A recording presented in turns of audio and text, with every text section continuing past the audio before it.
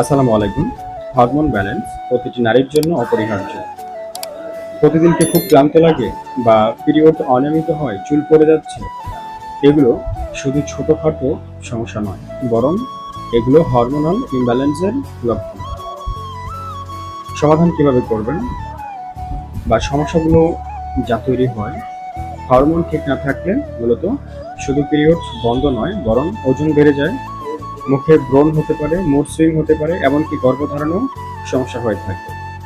সমাধান হিসেবে যদি বলি, অবশ্যই কিছু ছোট অভ্যাসই হরমোন ঠিক রাখা সম্ভব। যেমন নিয়মিত 30 থেকে 40 মিনিট ব্যায়াম করা বা হাঁটা, পর্যাপ্ত ঘুম, অন্তত 7 থেকে 8 ঘন্টা ঘুম। আপনার দ্বিতীয়ত পর্যাপ্ত আপনার প্রক্রিয়াজাত খাবার যতগুলো আছে সম্পূর্ণ বন্ধ করতে হবে এবং পর্যাপ্ত শাকসবজি বা সিজনাল ফলমূল বেশি বেশি খেতে হবে। মানসিক চাপ কমাতে হবে এবং শ্বাস প্রশ্বাসের ব্যায়ামও নিয়মিত করতে হবে। মাথায় রাখবেন, হরমোন ব্যালেন্স হলো শরীর যেমন সুস্থ থাকে, মনও তেমন হাসি খুশি থাকে।